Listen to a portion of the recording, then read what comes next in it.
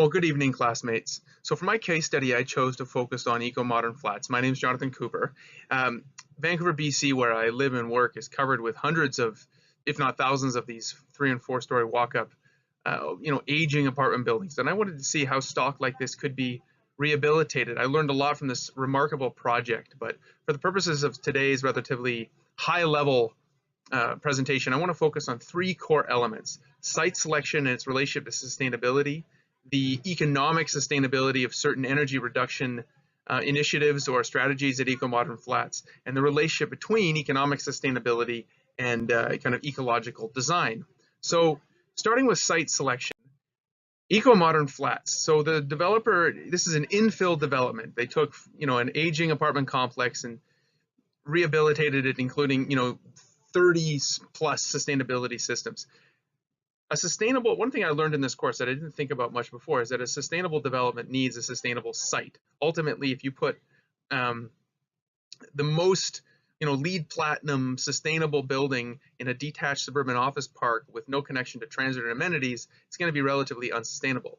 So EMF, Eco-Modern Flats, it was located in the downtown infill sector, as you can see here, of Fayetteville's City Plan 2025 kind of sector map, which was derived from a sort of municipality-wide planning process that they adopted in 2007. And part of City Plan 2025 was geared to limit suburban sprawl and encourage infill development.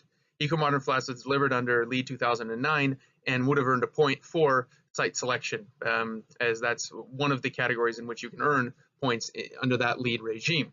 So, it's less than a mile from the University of Arkansas, from extensive walkable amenities, from the trail network, shopping, you name it. So a sustainable development begins with a sustainable site. Closely related to that, EMF, the developer was able to reuse, I should say, adaptively, the pre-existing concrete shell of Glendale Apartments, was the picture you can see here on the screen. And that allowed them to avoid significant waste and embodied energy that would have been entailed in a full demolition and ground up development. So on the basis of a sustainable site, the developer had it as an overarching priority to try to reduce energy consumption. Now, I'm not very good at formatting, so I've gone with kind of a few summary slides here, but through various measures, including rainwater harvesting, re-insulating the entire building, the roof, and the walls to R values significantly exceeding code requirements, the developer was able, after completion, to reduce energy consumption by 50%. Now, if we look at the energy utility consumption based on the kind of median consumption per square foot in the state of Arkansas, I would guess, or I would estimate, that the developer saved about $2,000 to $3,000 per month in energy utility costs. So the sustainability initiatives have a economic payback.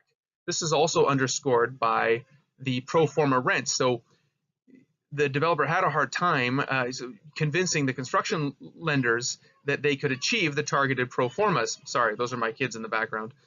But 3 years after completion, they were realizing per square foot rents that were 113 to 140% of their pro forma target. So the commitment to sustainability, to creating a viable community, both sort of in terms of energy consumption, but also in terms of community amenities like landscaping, the pool, in a sense, more than realized measurable and actionable financial returns in the form of tenant retention and lease rates. So on the foundation of a sustainable site, energy saving initiatives that are both economically prudent but also ecologically sensitive. We also have a beautiful site surrounded by trees, which enables biophilic design, ecological design with visual and non-visual connections to nature, supports the well-being of tenants. And so there's this symbiosis, this sustainability. I'm sure I'm not the first one to use that term, but between economic sustainability and strong lease rates and tenant retention, energy savings, cost savings from energy reduction, but also sustainable design, which is ecologically sensitive and supports the environment.